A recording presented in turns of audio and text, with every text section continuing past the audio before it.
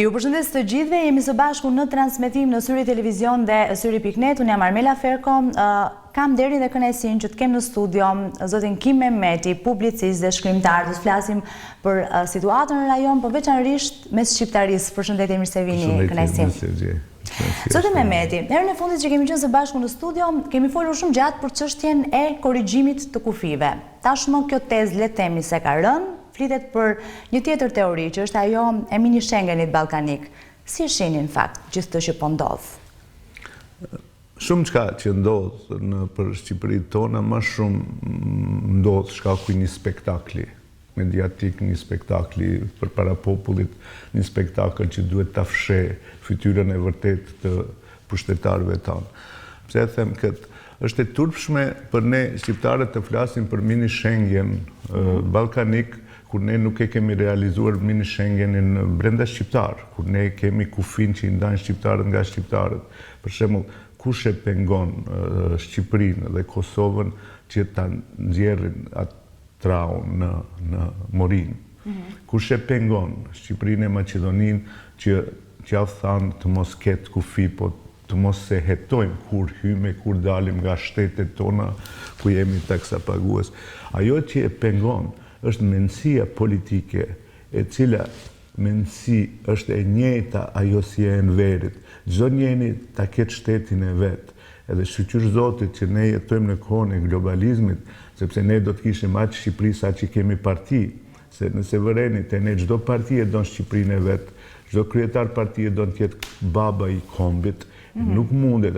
Andaj tani çfarë bën? Kryeministri i Shqipërisë don ta shlyejë kufirin me Serbinë. Shtohet një pyetje logjike.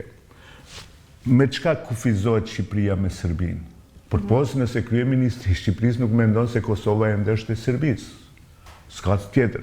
Se Shqipëria duhet ta shlyejë kufirin me Kosovën e me Maqedoninë, jo me Serbinë. Kjo mund të ndodhë vetëm edhe nëse mendon kryeministri i Shqipërisë se kufit shqiptar do të shlyhen atë ditë kur do të vendos Beogradi.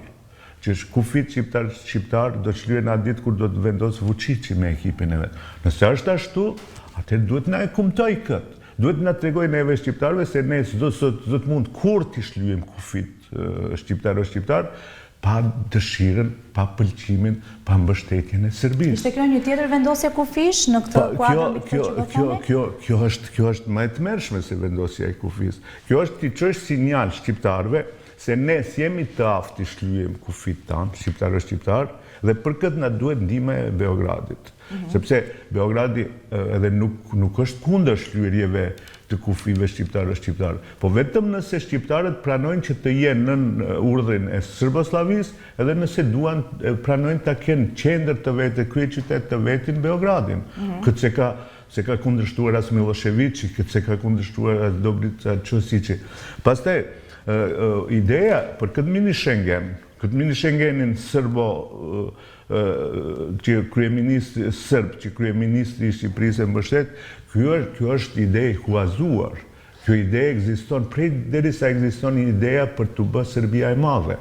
Dhe shfaqur në forma të ndryshme? Në forma të ndryshme. Ajo ka qenë po Titoja kishte këtë si e quante Federata Ballkanike, ku në një farë mënyrë edhe Enver Hoxha kishte dhënë pëlqim, po mandej ndodhi ajo që ndodhin me Stalinit, ajo ndërprerja e marrëdhënieve të Jugosllavisë me Stalinin, se ajo do të realizohej, se Bullgaria dha pëlqim, do me thënë ai do të ishte edhe një mini Schengen më i madh se ky. Fundit, mini Schengen ballkanik ishte Jugoslavia. Ato ishin 6 shtete edhe 2 krajina, 8 shtete në një farë mënyre, që i shlyen kufit, kishin një monedhë, kishin një ushtri, janë gjëra të mire me vesht. Askush s'mund të jetë kundër bashkëpunimit mes popujve të Ballkanit. Mua as që më shkon ndërmend se ne duhet gjithmonë të jemi armiq me sërbët. Mirë po, ti s'mundesh miqësinë ta ndërtosh me ata të cilët kanë dalë nga kapota e Miloševićit. S'mundesh miqësinë ta ndërtosh nga ata të cilët nuk kërkojnë as falje për krimet që është bën në emër të Serbisë në Kosovë. S'mundesh të ndërtosh miqësi me ata që edhe Srebrenicën, që gjithë bota e quhen si ngjarje një gjenocid të pastër, ato thonë jo. sepse këtu nuk janë vrarë mjaftueshëm fëmijë dhe gra. Shihni arsyetimi i cili është. Do me thënë, ata nuk mohojnë që aty janë vrarë 7.000 djem, burra, bosnjak, musliman. Po ato thonë, nuk është ky gjenocid, sepse aty nuk ka shumë të vrarë fëmijë dhe gra. E ti me ata ulesh edhe ndërton Ballkanin pa kufi. Pastaj ti ulesh ndërton Ballkanin pa kufi, më falni, me ata që na 8 ditë punojnë kundër njohjes së Kosovës, që na 8 ditë punojnë që të gjenë shtete që do i tërheqin njohjet të Kosovës. Ti këta njerëz, me atë që ulesh ballë për ballë dhe me ata do në ta bësh mini Shengenin, ti në vërtet çfarë bën? Ti e faktorizon Serbinë si faktori kyç në Ballkan. Ti ata njerëz që kanë kaluar të errët, i faktorizon si paqëndërtues. Pa nuk është ky mëkat i mjaftueshëm, a nuk është kjo arsye e mjaftueshme ta kuptosh se çfarë politike perverse je duke bërë dhe çfarë politike që s'ka lidhje me interesin kombëtar shqiptar je duke bërë. Se me këtë nuk i ndihmon as shqiptarët në Preshef, nuk i ndihmon as shqiptarët në Kosovë, nuk i ndihmon as shqiptarët në Maqedoni. Ja pse nuk i ndihmon edhe shqiptarët në luginën e Preshevës. Cili është rreziku i kësaj, pa dashur të ndërpres? Rreziku i kësaj është që ju e faktorizoni Serbinë edhe njerëz që e luftojnë shqiptarinë, përgjithësi i faktorizoni si diçka që është shumë e rëndësishme edhe për shqiptarinë. Do me thënë, ju çoni sinjal. Se unë e dëgjova edhe kryeministrin kur tha që po si dishlyem ne kufit nëse i kundërshton Serbia. Po Serbia çdo gjë kundërshton. Serbia kundërshton pavarësinë e Kosovës. Atëherë hajde të jekim dorë edhe nga pavarësia e Kosovës. T'ja plotësojmë dëshirën. Si që shkojnë punët mu nuk do të më habit nëse një ditë kryeministri i Shqipërisë që t'i përmirësojmë marrëdhëniet me atë që ta forcoj vllazërinë serbo-shqiptare, mos e bëv zoti mund të propozoj ta tërheq njohjen e Kosovës Shqipëria. Nëse shkohet në kësaj mendësie perverse politike. Edhe në këtë kontekst ajo është absolutisht është veprim i gabuar, është veprim që në thelb ka dhe elemente anti-shqiptare, sepse ti e forcon, e faktorizon atë që natë e ditë punon kundër shqiptarisë. Si e lexoni, kujt i intereson më së shumti kjo marrëveshje përveç Serbisë, e keni thënë vazhdimisht përgjatë kësaj interviste, përtej asaj tryeze që kemi parë, pra përtej liderëve që janë mbledhur në atë tryezë. Ka interesa ose ka persona apo shtete tjera që e kanë shtytur këtë? Po, ato shtete që janë pro-Serbisë e kanë shtytur, unë absolutisht besoj në atë që shini, ky është projekt, nëse e shini në thelb, nëse e gryni pak, do të shini se tani argument nuk kam, po kur e sheh kur çon, është absolutisht projekt rus, që e lehtëson ndikimin rus në Ballkan, asgjë tjetër, sepse Serbia ka një përparësi. Bile edhe ndaj neve shqiptare. Se ajo, sa herë që donë t'i bëj shantazh Këshillit Evropian, bile edhe Shteteve të Bashkuara, shkon te Putini, Vučići, e bën një vizitë. Sa herë që nga ana tjetër donë edhe Rusisë t'i bëj shantazh, të merr ndonjë sasi armatimesh, ajo i afrohet NATO-s edhe Europës. Kjo që zoti Rama tha janë disa dyer. Shiqo, ato janë disa dyer, po ti mos e ndihmo që ti venja Chelsea ndonjë dere.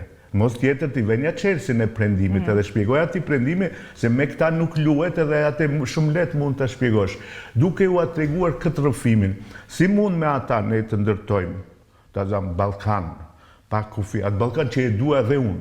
Unë Ballkanin pa kufi, kur jam angazhuar unë për Ballkanin pa kufi, kryeministri i Shqipërisë nuk e dinte se ka shqiptar në Maqedoni.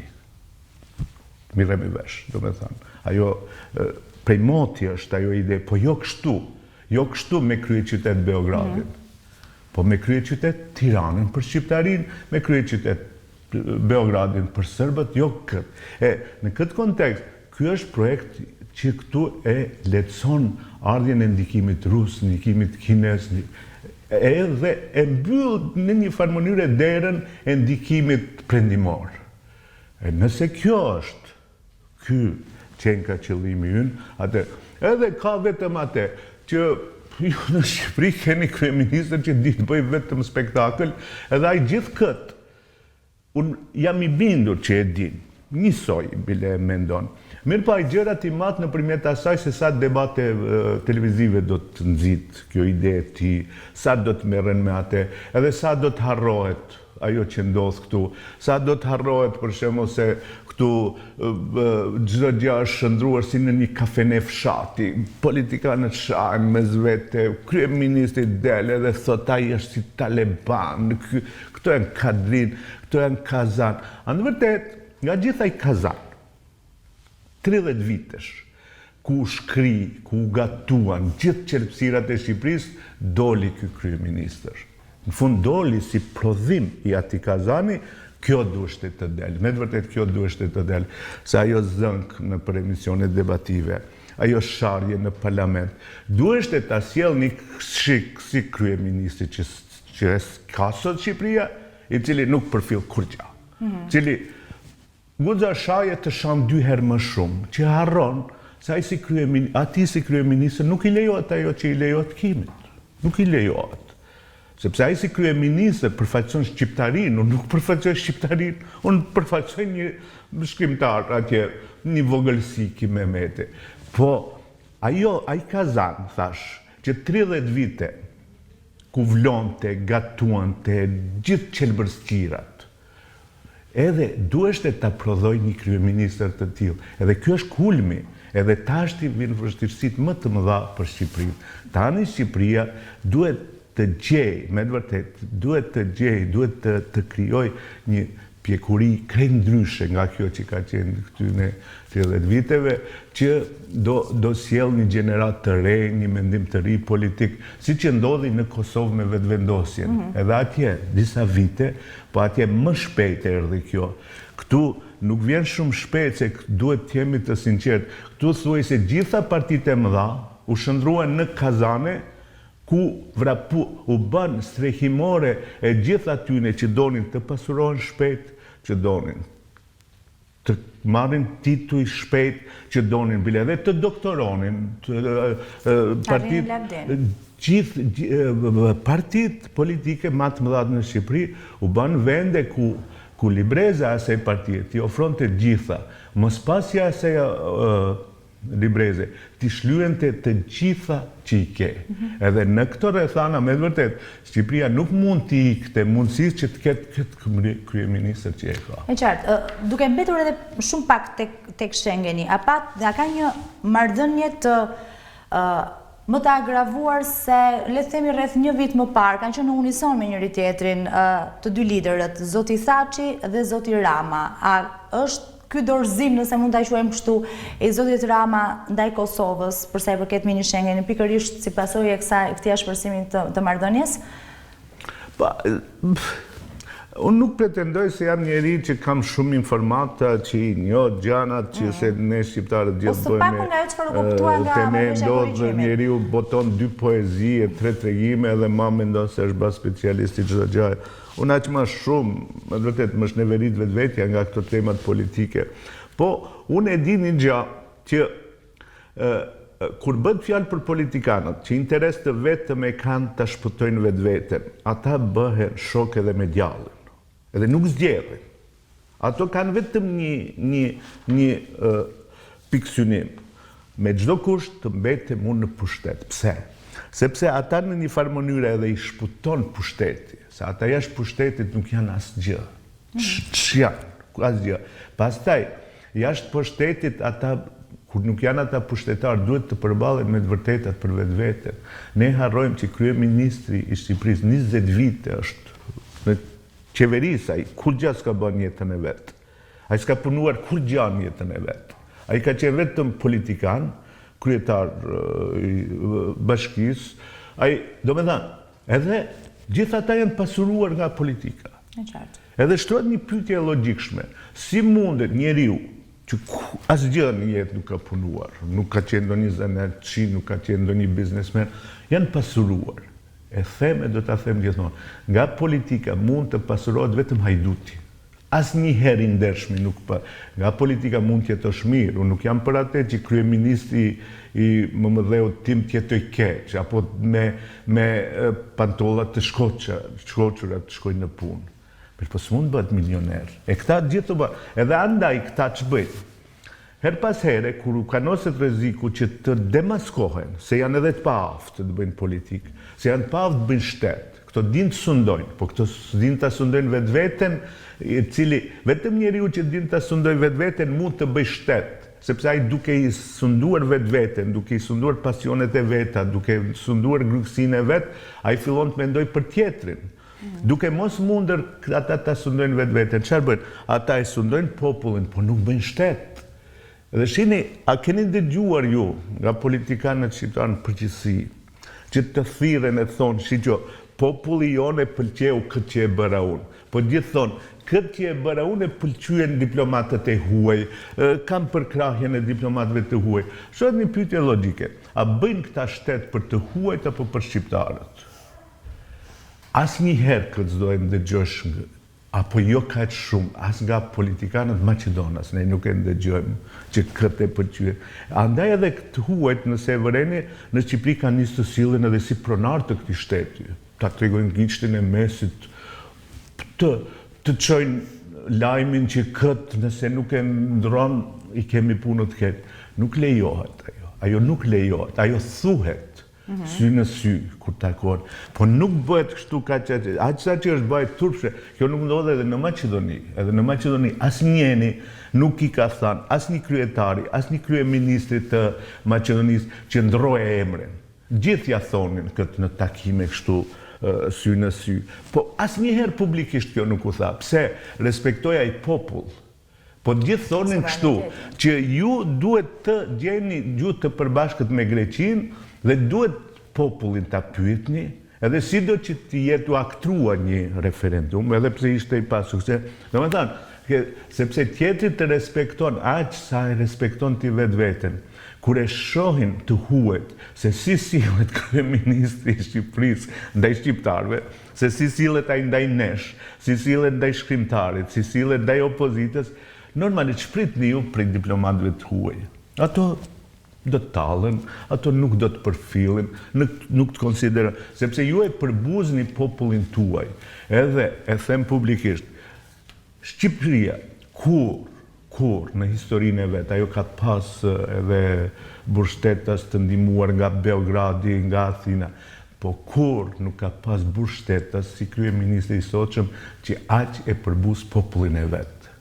Me mos përfilljen ndaj çdo gjaje që ka i popull, se ju përbuzja ndaj popullit nuk është ndonjëherë që të dalësh ti të flasësh keq për popullin, po kur ti atij populli ja shlyhet gjitha vlerat, përpos vetveten, e ngrej në një ti aty ku çdo gjë e përdor për një paradë, për një spektakël, edhe të kaluarën, që ju kur hyni në Tiranë, për shembull kur i shihni ata njerëz të shenjtë që kanë dhënë jetë për këtë shtet, kanë dhënë jetë për Shqipërinë, mirë po si përdoren për ta mbuluar fytyrën e vërtet të sunduesve, e dini diktatorin si mund ta zbuloni se është diktator? Gjithmonë punon, bën ndonjë punim në shesh, ku vinë gjithë shqiptarët e shohin, edhe gjithmonë e mbulon sheshin me ndonjë fotografi. Në çdo rast gjen o fotografitë këtyne, o fotografitë e shkrimtarëve, vetëm që ta mbuloj fotografinë e vërtet të vet, edhe vetëm që të duket më madhështor. Në ato vende keni kujdes se nuk punohet kurrë për popullin. Edhe unë gjithnjë më shumë kur vi në Tiranë, Tirana ka filluar, se kam jetuar pak në botën arabe, edhe ka filluar të më ngjaj në kryeqytetet e botës arabe, sepse atje gjithmonë shende një fotografi, është vënë atje dhe ka ndonjë shpjegim që ky është i vlefshëm për këtë, që dal nga dal që në fund të del fotografia e diktatorit. Atëherë më hiqen anësh të gjitha fotografitë edhe del e fundit. Edhe ju duhet ta pritni se një ditë në Tiranë, se kështu vazhdojnë punët, do ta keni vetëm foton e piktorit. E qartë kjo. Unë dalët pak tek Maqedonia e Veriut, ka qenë përfshirë në fakt në një situatë turbullte edhe ajo, arrestimi prokurore speciale, po më e fundit mosqelja e negociatave. Cila është ose si paraqitet pozita e faktorit shqiptar aktualisht në Maqedoninë e Veriut? Tini, shqiptarët gjithnjë më shumë faktorizohen, kjo është fakt. Edhe kur jam kritik, duhet mos ju ha hakun atyne që... Do me thënë, edhe kjo është merit edhe politikanëve shqiptarë. Mirë pa ajo që mua edhe si thonë disa që vetëm di të kritikosh, unë di të kritikoj për shkak se unë e di që shqiptarët mund të jenë faktor më i rëndësishëm se që janë. Unë e di që edhe ai Gruevski nuk do të qëndronte aq shumë në qeveri nëse do e kishte një BDI që din ta përdor këtë forcën shqiptare, që nëse nuk e keq përdor atë vetëm për kryesuesit e partisë të pasurohen. Edhe normalisht unë kur e di këtë, pastaj unë të mirën e krahasoj me të mirën, nuk e krahasoj me të keqen, se unë nëse situatën e tanishme të shqiptarëve në Maqedoni e krahasoj me atë të kohnave kur para 30 viteve kur ne asgjë mund të shkolloheshim, atë kjo është parajs. Mirë po unë e krahasoj me atë që mund të bëhej, nëse ne do kishim një BDI, e cila nuk do dominoj nga hajdutët, po do dominoj nga ata politikanë të vërtet, ne shqiptarët atje do të ishim me të vërtet shumë më të rëndësishëm se që jemi. Shumë atë. Nëse do kishim ne një BDI të fortë, edhe ashtu si shtu, ne nuk do të vishim situatë që të mendojmë si ta votojmë partinë Maqedonase. Do me thënë, vetë situata të shpjegon se çfarë ndodh. Pse shqiptarët votuan Zaevin? 70.000. Partia e Zaevit është e dyta parti shqiptare në Maqedoni. Pse e votuan nëse do ishte BDI-ja e mirë? Se mua më thonë shpesh, mos e ki personale. Si mund ta kem personale? Pse personale? Mos valë kamrat deri në atë shkallë, sa atja u kem zili atyne ignorantëve politik me të vërtet që s'din dy mendime të lidhin. Se njeriu edhe kur ja ka zili, njeriu ma parë mund t'ja ketë zili për shembull piktorit këtu, i cili për oratori, për gjuhë shqipe të pastër, ai të mahnit, edhe unë ndonjëherë edhe po, kur ja dëgjoj atë ndonjëherë mendimin e tij është vështirë ta shkruash, ai e thot. Ati në Maqedoni unë kam ato ignorantët që kam punuar në Top Channel, kishte frikë për afrojsh mikrofonin se s'din 3 fjalitët i lidhen. E duhet them që është puna. Ne, mirë po, Maqedonisë, unë nuk duhet ja halë, i vjen e rashtet. Bile edhe hira saj që ju përmendet. Shine atje prokurori i shkon në burg. Atje ish kryeministri shkon në burg. Në Shqipëri, edhe nëse je shoki piktorit, ti nuk shkon në burg. Nuk shkon. Këtu është ndryshimi, pra. Këtu, nëse e ke shok, ndonjë deputet, ti nuk shkon në burg. Këtu është dallimi, edhe se kështu në fundi dëshmohet shteti. Shteti dëshmohet nëpërmjet asaj sa i ka të fortë institucionet, jo sa i ka të fortë partitë. Nuk ka shtet në botë që ka parti aq të pasur edhe aq të fortë sa Shqipëria. Po nëse vëreni këtu sa më shumë forcohen edhe pasurohen partitë, aq më shumë dobësohet shteti, aq më shumë dobësohet Shqipëria. Pse? Sepse ju mendësia politike dominuese, jo të gjithë që është në Shqipëri është kjo, që partia, populli, shteti, i barazim, i çdo gjë, ajo është mendësia enveriste. Mirë po tani është ndarë në më shumë pjesë. Tani nuk keni një enver, po i keni disa, të cilët edhe bile beteja këtu atë më shumë, thellë në vetë më shumë e ka këtë dimenzion se sa dimenzionin në shqiptari i Shqipëri. E qartë. Të gjën jeni turprohet aq sa ja pret Radakja, po unë turprohem prej ati, edhe unë nuk turprohem në botë, unë turprohem kur vinë Shqipëri nga ai. Jap se turprohem. Po si mundet një politikan që 20 vite është në qeveri, flet për atë si janë shpërndar, si janë përçar shqiptarët, po përgjegjësia e tij është, pse nuk na bashkoi? Kush duhet të t'i bashkoj? Unë duhet të t'i bashkoj, apo opozita duhet të t'i? Shqipjo, këtu janë zhvendos gjërat. Ai tankon flet, thuaj se është një opinionist, si unë, që s'ka qenë kur në qeveri, që ai s'ka pa... Me çka ai tregon, si e ka kuptuar partinë? Ai mendon se gjërat varet, veprat e ati varen nga ajo sa donaj të bëje diçka. Ai nuk e kupton se vetëm vlerë që e ka është vota ime.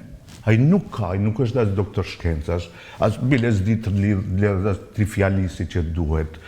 Domethënë, ai vetëm vlerë, edhe ai vetëm në obligim e ka të interesohet për mua. Unë kam vetëm një pyetje logjike atë. Pse shqiptarët e votuan në SDM-n? A pse ishin partitë e vogla? Edhe si ndodhi diçka që në çastin kur u coptuan shqiptarët, Ata u faktorizuan më shumë se sa kur kishte ai 20 deputet. Si e shpjegoni? Japsi. Tër forcën e vetë politike, aje përdorte për për ullër shqiptarët, jo për të arrit diçka te Maqedonës. Do një shembull për këtë çfarë u bën kur ishte ajo partia fort. E bëni Universitetin e Tetovës si dek partjake. Çdo gjë partizoi. Nëse nuk kishe librezën e BD-s, s'mund të punësoheshe. Këtun edhe me shembull, atë ditë kur fillova unë ta kritikoj, i mbiru largua nga vendi i punës, me 2 vendime. Ndëgjoni ju bisedat telefonike që i bëjnë, edhe blidhur me mu, që ati do t'ja mbyllim gojen. Po që më duhet mu një parti e tillë e fort? Që më duhet partia e fort që ja mbyll gojen shqiptarit? Ku referohet kur thot hora, zoti Mehmeti? Po nuk e di ku i referohet, mirë po unë me ndëgju ato bisedat se si si u ashan 100 nënat shqiptarve, si për mua thot se shiqo ati duhet mbyllur goja gjenjat gazetarin e Kumanovës, që unë e di cili është një mjekrosh, që të bëjë ndonjë tekst, ku flasin edhe për këtë, si ja mbyllim gojen në Tiranë, shumë flet. Po, cili është ai interes që ai më mbron mua? Pse, andaj, ne shqiptarët do të tërpërohemi. Ajo është mendësia dhe leniniste, që një parti neve na mjafton. Ajo a di cila mendësi është. Pse unë nuk mjaftu kam mund të më ken kryetar, po tash edhe 2-3 kryetar tjetër. Unë jam për bashkim të shqiptarëve. Për bashkim në disa tema që kanë të bëjnë unë jam për bashkim të vlerave të shqiptarëve, po jo të ignorantëve si ai të më bashkohen. Ç'më duhen ata të bashkuar? Unë dua ata të jenë copa. Sa më të coptuar, ja publikisht e them, unë ignorantët si ai i dua sa më të coptuar, që mos jenë aq të fortë na shkatrojnë. Sa vite ishte në qeveri, asnjëherë nuk i tha Gruevskit që shiqo, nëse vazhdon kështu me këtë atë shqiptari, unë do ta braktisë Shqipërinë. Si mund ai të tërprot nga unë? A nuk tërprot, i ndodhi Sopoti, i ndodhi Mostra, i ndodhi Enciklopedia e Maqedonisë, i ndodhi tradhtia e madhe në Kumanov. Unë nuk them që ai ka bë, po ai ishte në qeveri. Zavendësministri i tij doli pas Mostrës, kur ministresha thoshte që kemi kapur terrorist. Edhe nuk dolen të kërkojnë falje. Ky njeri duhet të del të kërkoj falje popullit vet. Edhe të thonë falni që zavendësministri im si një daullxhi doli atje me ministreshën maqedonase, ku ajo flitte se edhe nanat e motrat tona janë terroriste. Merrnja me. Edhe ai me hora nuk ulet. Para mendoni sa i pastër është. A nuk ndjen nevojë? Harun Aliu e likuduan me policia Maqedonës. Ajo tjetër është tikimi mund gaboj, edhe qojnë në burg, po s'ke drejt ta likudosh. Ata nuk dhanë një shpjegim për këtë. E sa gjëra tjera ka ndodhur, e sa buxhete janë ndatje 20 vite ku pjesa shqiptare nuk është dhanë sa që duhet. Edhe nuk do na i tulet. Unë duhet që ato horat si ai të bëjnë, të coptohen, mos jenë shumë të fortë, se ai na çoj neve që ta votojmë partitë të dytë, ta bëjmë partinë Maqedonës e LSDM-n. Pse? Mos i quhen këto partitë e vogla, mos i quhen partitë e vogla, shqiptarët mos i quhen që mos ju thanë që votoni. Edhe në zgjedhjet lokale, ky njeri që e flet këtë, bëri koalicion me LSDM-n, që ta shpëtoj partinë, sepse ai nuk donte të shpëtoj shqiptarët. Dhe prandaj flet për bashkim. Po ai është i vetmi që u bashkua, ai nuk ka ndodhur në historinë e re maqedonase që një parti shqiptare të bëj koalicion zgjedhor me një parti maqedonase. Ai e bëri, se kryeministri i Maqedonisë shkoi në Tetov që ta ndihmoj kandidatin e tij.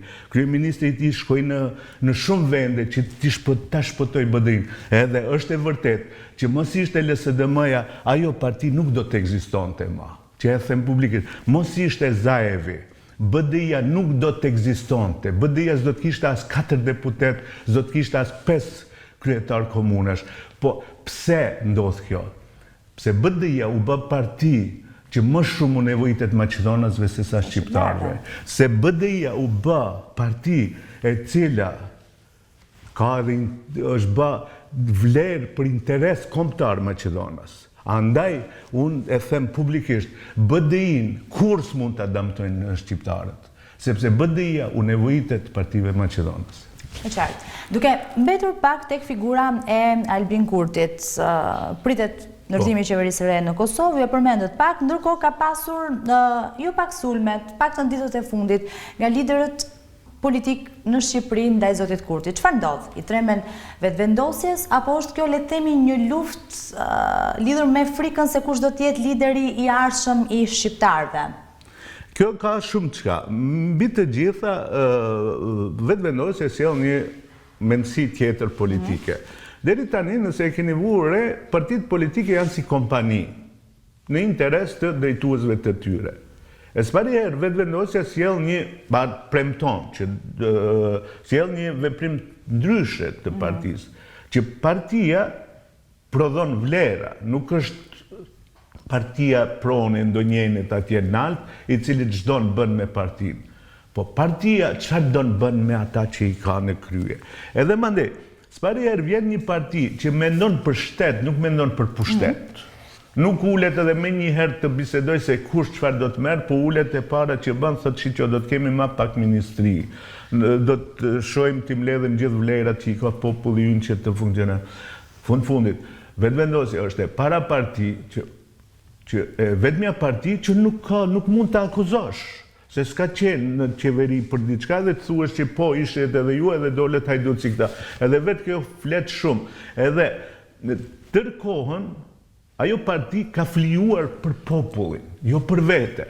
Sepse s'mund të thuash se ajo parti ka flijuar për vete kur çdo i dyti sa shkon në burg, ku i zvarrisen në për asfalte, ku shkon në kuvende dhe do me thanë, ka sinjal, e tani, si do të shkoj të tjeu, nuk e di, me vërtet, nuk e di edhe Kimi si do të veproj mbas të Ka një përpjekje për ta mbajtur jashtë çështjeve të Shqipërisë? E dini pse, se ajo sjell një vlerë të re politike.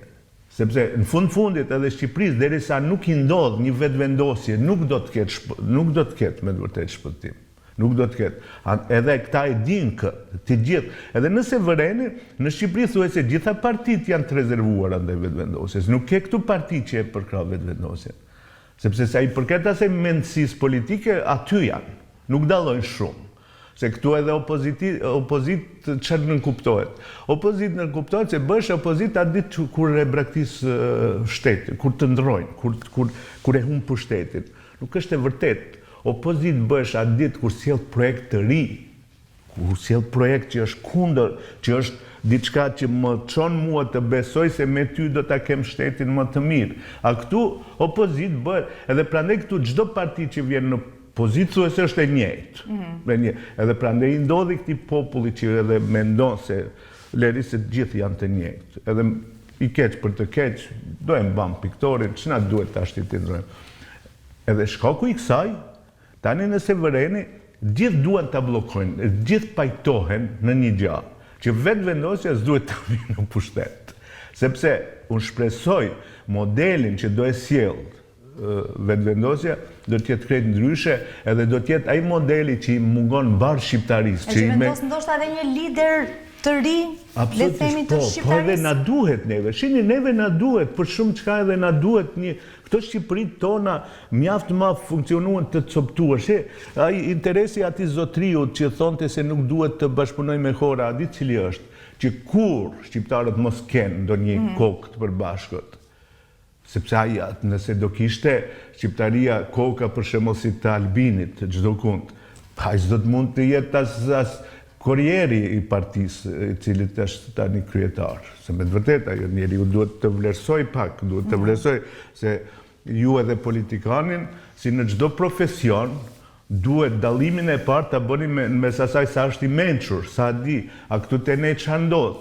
Këtu bësh kryetar partie dhe bësh i mençur. S'është e mundur. Tu bësh antari kryesisë së ndonjë partie dhe ti bësh edhe profesor, edhe shkon doktoron, atje merr ndonjë. Prandaj ne kemi më shumë shkencëtar që kanë doktoruar në qafë thanës se sa nëpër universitetet. Edhe këto absurde na sollën ne deri këtu ku jemi sot, që thuajse çdo gjatë tjetë e zhvendosur, thuajse gjitha standardet janë të rënuar, ama nuk ne jetojmë në kohën me të vërtet të herojve të. Unë nuk jo mohoj përfshi edhe zotriun që pak më parë të kaluarën adhetare të njerëzve. Ne duhet të mësojmë të dallojmë se vlerësimi i një periudhe jetësore të një njeriu, sikur do të rritë atje që luftuan që unë s'mund atë që unë gjithmonë do përkulem për atë. Po unë duhet një gjatë ta mësoj shqiptaria, që nuk mund të jetosh ti vetëm nga e kaluara. Ti nëse ke zgjedhur të bësh politikan, unë sot të vlerësoj vetëm si politikan. Mirë po edhe unë këtë të kritikoj si politikan, unë nuk ta mohoj të kaluarën si adhetar, si misionar, apo çfarë ke qenë, çfarë ke bërë. Atë unë nuk ta mohoj, edhe nuk ta fshi kur, edhe aty unë s'du të dalë përpara teje. Nëse ulemi në odën e burrave, për trimri, them ky është i pushkës, unë do të rri afër derës. Mirë po, tashti nëse duhet të t'jap dekorata, pse ke qenë trim, pse ke luftuar, ti mos kërko të t'jap edhe diplomën e shkencëtarit, mos kërko të ashti të them se shqyqo, je shumë politikan i menxëm, kur e shoh që s'ke lidhje me politikë, që gjithë politikën, zotiu që doli në ekranin tuaj pak më parë, si e ka kuptuar. 20 e ca vite, përdor vetëm 2 fraza. Ne jemi partit e angazhuar që Maqedonia të antarësohet në NATO. Ne jemi parti e angazhuar që Maqedonia të bëhet antare e BE-s. Po qini, ka disa gjana sigur edhe t'ulen në shtëpi, fare mos jeni të angazhuar, tjerët do t'ju fusin. Amerika do t'ju merë në NATO, se s'don t'ju sheh jashtë NATO-s. BE-ja do t'ju merë në Bashkimin Evropian, kur ta shoh që Rusia mund t'ulet. Edhe, ma këto mirën me ato gjëra, që nuk varen nga ata. Këta nuk flasin si do e ndërtojnë një fabrikë në Tetov, si do e ndërtojnë një fabrikë në Stru, sa ajo varet nga ai. Ky merret me NATO-n. Edhe ti do njerë ke harron thue, ky është kryetar i partisë shqiptare, shqiptarëve të Maqedonisë, a mos është ndonjë përfaqësues i NATO-s edhe i BE-s. Në Shqipëri njëjtë, ti kur e dëgjon kryeministrin e Shqipërisë, ai flet për Macron, për Hollandën, si atje funksionon, si nuk. Edhe ti shton një pyetje, ky njeri është ndonjë kryeministër që duhet ta rregullojë Europën apo Shqipërinë? Pse? Pa ata nuk mirën me atë për çfarë pagohen, sepse nuk mund të bëjnë kur gjë, edhe s'duan të bëjnë kur gjë. Padashi të lodh edhe më shumë me realitetin në Shqipëri, e përmendet vazhdimisht përgjatë kësaj interviste, por nisur nga përplasja më e fundit institucionale mes presidentit të Republikës, parlamentit, KED-s për çështjen e gjykatës kushtetuese, duhet ndalem pak më makro se kaq, nivel më makro se kaq, raportin e shtetit të së drejtës me politikën në tërësi, pra me mazhorancën, por edhe me opozitën. Ku qëndrojnë qytetarët mes kësaj situate? Askund. Shqipëria ka ndërtuar institucione të cilat nuk e kanë qëllim interesin e qytetarit, po interesin e partive. Do me thanë, në një farë mënyrë edhe institucionet e shtetërore të Shqipërisë kanë një obligim ta mbulojnë sunduesin e vërtet të shtetit, që është nën toka politike. Edhe që qytetarit të vetë gënjehet, doni dëshmi për këtë. Ju kur nuk mund të kryeni, thuajse kur, asnjë punë nëse i drejtojnë institucionit, mirë po nëse i drejtojnë individit të mirëfillt, që ka aty ndikim, ju për një ditë e kryeni punën, edhe prandaj Shqipëria ka, çdo parcel ka 20 pronar, prandaj Shqipëria ka këtë kaos të brendshëm që kurkush ma nuk e kupton se çfarë ndodh. Kulti i individit. Sepse Shqipëria nuk ka institucione, nuk ka ndërtuar institucione për shtetin dhe për qytetarët, po ka ndërtuar institucione për partitë, për individet edhe për nën tokën politike. Edhe tashti çdo njeri e ka mbrojtësin e vet. Vetëm qytetari thuajse ka mbetur pa mbrojtjen e vet. Nëse e vëreni ju çdo njeri, edhe kryeministrin ka kush e mbron, edhe presidentin ka kush e mbron. Mirë po, qytetarin poshtë është shumë e vështirë ta gjeni cili është mbrojtësi i tillë. Rrallë, dhe njerë do ta avokatin e popullit, ku ta di unë edhe ai ati gjithmonë është i zonë. Atëherë çfarë i takon qytetarit në këtë situatë? Ta dija këtë moti do vija këtu edhe do e ofroja zgjidhje dhe do zgjidhe ndoshta problemi. Thash, Shqipërisë për mua i mungon një vetëvendosje, si metafore the vetëvendosje tashti. I mungon, derisa nuk vjen ajo, këtu do të ndrohen pronarët, po do të mbetet e njëjta logjik. Atë që e themun se jam shkrimtar në mënyrë metaforike. Ju nëse e vëreni në mënyrë të metaforës, nuk duhet të ndjerë ndonjëri. Shqipëria shpesh ngjan si një lopë të cilën e ushqen populli, po e mjelin politikanët. Ne të medjave shpesh herë mbam për koke për bishti që mos lëviz, duke i gënjyer, duke marrë. A shini, që në Shqipëri ka emisione debative, unë mendoj që me i bashkuar mundet 24 orë në 24 orë të ketë llafazani plot. Për politikën, gjithmonë. Andaj unë shpesh e kam përsëritur se nuk është e vërtet se në Shqipëri vetëm politikanët janë të korruptuar, se vetëm ata. Edhe ne u shndruar në biznes fitim prurës kjo llafazania jonë. Se ne dolëm edhe me idetë që mblidhun i gjithë qelpsirat edhe vetëm ta doktorin ta pastrojmë nga pushteti, duke harruar se qelpsira qelpsira nuk sjell të mirë të shëndosh. Çdo gjë e qelbur është e rrezikshme se ta qelbë dhe atë shëndoshën edhe ndodhi ajo. Unë e kam thënë ç'është atë, jo me këtë logjik. Unë e di si kanë qenë edhe pushtetet e mëparshme. Mirë, po nuk luftohet e keqja me të keqjen. E keqja luftohet me të mirë. E keqja varra shërohet me ilaç, nuk shërohet me të njëjtën varr, me gjak. Mirë, po këtu thash, këtu shumë çka u devalvue, shumë çka. Thash, shumë çka zot vetëm e një vetëm lekun, edhe në ato rrethana me të vërtet, aty është çdo gjë në shitje.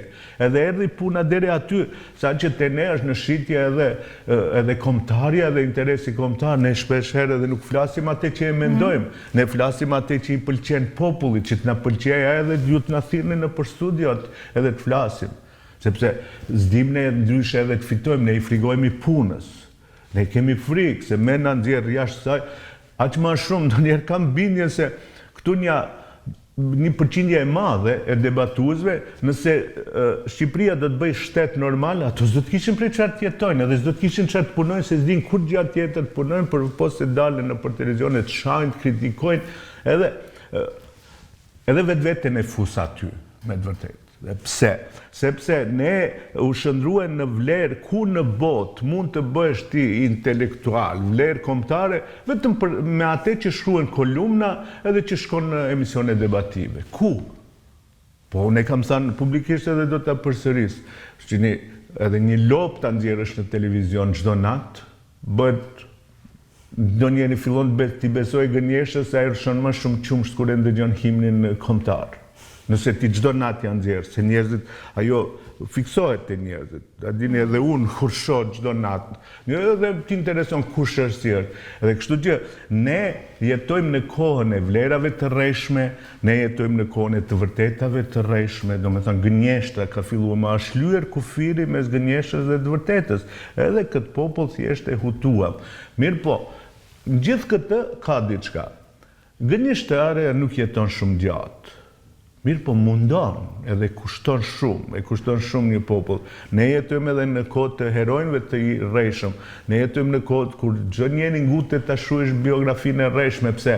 Se them se shumë nga ne që jemi persona publik i frikojmë të vërtetës për vetvete dhe ngutemi ta themi atë para se të na e thonë tjerët. Po ne harrojmë se e vërteta gënjeshtare mund të mbrosh vetëm derisa je i fortë, derisa del nëpër media ti si ki mund të mbrosh. Mirë po ditën kur mos jesh në media, do del e vërteta e vërtet. Jo kjo që e ke mbrojtur ti nëpër studio, duke aktruar, duke gënjyer, duke folur atë që dëshiron ta dëgjojë populli, duke u bërë patriot i madh, unë këtë, unë atë. Ne sikur ta bënim çdo njeri të veten, që kimi si shkrimtar të shkruante, që ai ekonomistit, ne do e kuptonim se që të bëhesh, të drejtohesh popullit, njëherë duhet në profesionin tënd të realizohesh. Njëherë duhet t'i kesh 1000 lexues, që të duan, që të besojnë, edhe që kanë nevojë të dëgjojnë. Ajo ti që ke nevojë atje ti gënjesh 1000 veta dhe ti bësh të mendojnë se kinë se vlen diçka. Flasim pak për lexuesit të shpytje e fundit, po jo më pak e rëndësishme sigurisht. Është arsyeja ose motivi që ju ka sill juve këtë herë në Tiranë, është panajiri i librit. Si e shihni këtë panajir të këtij viti? Kujtojmë vjet keni ardhur me një sër zhvillimesh, lajmesh, risish. Çfarë ndodh dhe si është raporti i lexuesit? Është është fest e librit, është fest e librit, të mos tjetër aty vinë shoh njerëz nga gjithë hapësirat shqiptare. Do me thënë, ai panajir në një farë mënyre e bashkon librin, e bashkon letërsinë shqiptare. Mirë po tashti, edhe nuk dua, me dhe Xhoxha kritikon, mirë po gjithnjë më shumë bëhet si një e pashmangshme. Një dasëm katundi, ku për shembull më shumë është edhe gjithnjë më shumë shkrimtari aty e humb peshën e vetë që unë duhe. Ja pse? Sepse edhe aty del që libër më i shqitur është ai që mund sonata për të prezentoj në TV, memoaret e këtij, memoaret e atij. Do të gjëra. Panajiri duhet të jetë vend, ai vend ku kultivohet edhe fëmiu, të ketë dashuri ndaj librit, ku duhet t'ja ruesh iluzionin se është mirë t'jesh shkrimtar. Duhet t'ja ushqesh këtë vetë gënjim që t'jesh shkrimtar është punë e mirë. Ai kur të rritet do i kuptoj se nuk vlen kur gjë, mirë po, duhet do me thënë të lexoj. Ne çfarë bëjmë? Ne nuk kultivojmë. Tani ka filluar edhe ai panajir, duhet them me disa gjëra nuk kultivon. Sepse ti kur e çon atë riun të shen në TV për shembull se si Kimi reklamon librin e vet. Del edhe thotë është roman fantastik, edhe ti shkon e blen. Edhe e lexon. Edhe mandej ti thuhet nga leximi s'pas ka kur një farë dobi, sepse ti nuk e lexon librin e vërtet, nuk e lexon atë letërsinë e vërtet, ti nuk e lexon Lazar Stanin, nuk e lexon Zia Çelën. A keni dëgjuar ju të përmenden këto ditë, për shembull? A keni dëgjuar me të vërtet, përmendet Bardulondo, përmenden ca shkrimtar? Jo, a cilët përmenden? Ata që janë më publik, më mediatik. Po atëherë, do me thënë, po vlerat tashti, nëse edhe vlerat ndërtonë, atëherë do të del ajo që te ne, do duhet edhe ne shkrimtarët dalim adi cullakosure, duhet bëjmë diçka që të tërheqim vëmendjen, atë se kështu libri. Mirë po, ka këtu një të mirë, pse unë nuk mërzitem, unë edhe kur flasë kështu nuk të mirë me vesh, unë nuk ju a kam lakmi atyne, edhe nuk mërzitem për fatin e Kimit. Kimi nëse shruan romane të mirë, këta janë sezonal, edhe nëse keni vëret, a shini çfarë bëjt, nga panajiri në panajir botojnë libra, unë nuk botoj libra për panajir. Ju mund të mos se besoni, po miqtë e mi e din, unë kisha roman gati, po nuk doja tashti, se është humba jo. Po këta bëjnë nga panajiri në panajir libra. Ato janë libra paradesk që i lexojnë, le ti lexojnë, nuk kam asgjë kundër. Le të botojnë sa më shumë, të mirë me vesh, nuk kam kundër. Në libër kur shoh, për mu vetiu libri është libër. Edhe kam parimin që nuk ka libër të pavlefshëm, se në mos më shumë libri është i vlefshëm për autorin që e ka shkruar. Edhe le të shkruen gjithë, nga jo nuk humbun kur gjë si shkrimtar. Nuk mund e Ismail Kadaren të mbuloj asnjë shkrues i tillë. Nuk mundet Zia Çelën të mbuloj asnjë shkrues i tillë. Nuk mundet tregimet e Lazar Stanit të mbuloj asnjë nga këta që çdo 10 minuta i reklamojnë librat nëpër TV ekrane. Sepse nuk është vlera jo. Sikur t'ishte kështu, Borghesi nuk duheshte të ekzistoj, Camus nuk duheshte të ekzistoj, Prousti nuk duheshte të ekzistoj, se kërkush nuk e reklamon atë në TV. Po këto që janë ba si detergjenti, si ato pampersat që reklamohen, ato edhe e kanë, me të vërtet, e kanë edhe dimensionin të pampersave. E përdor, e hus, vetëm edhe e hus sa ma larkë që mos t'i vije era. Po lexues se ku shëndron këtu? Ka lexues në sasi dhe cilësi? Shini, është koha shpesh unë ndëgjoj edhe mbram isha në një debat ku flitet për atë që paksohen lexuesit. Paksohen edhe shqiptarët, sepse u degdisën në përbot, neve jo lexuesit.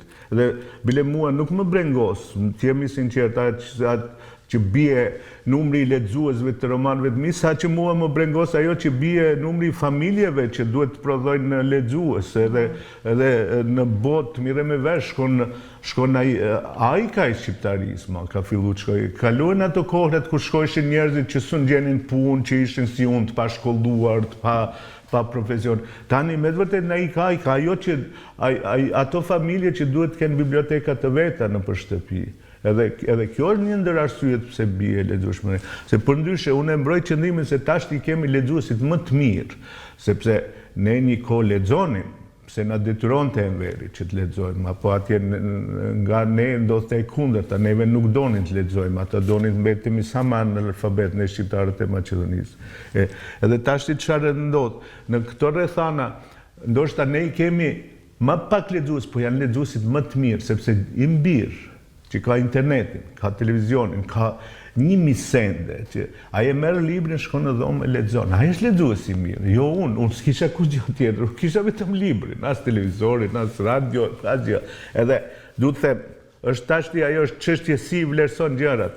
Ne kemi lexues të mirë, mandej lexuesi i sotëm shqiptar lexon në shumë gjuhë, atë s'mund ti ta çosh si dikur që shkrimtarin e mahallës vet duhet me dojë mos ta lexosh. Ata kanë, unë sa për vete me të vërtet jam i kënaqur, më lexojnë më shumë se që meritoj. Jeni gjithmonë modest, ju falenderoj shumë. Jo, s'jam unë modest, unë jam vetëm realist. Ju falenderoj shumë, zoti Mehmeti, kënaqësi që gjithmonë ju kem në studio. Shikues të nderuar, ju falenderoj edhe juve për vëmendjen, mirë takofshem.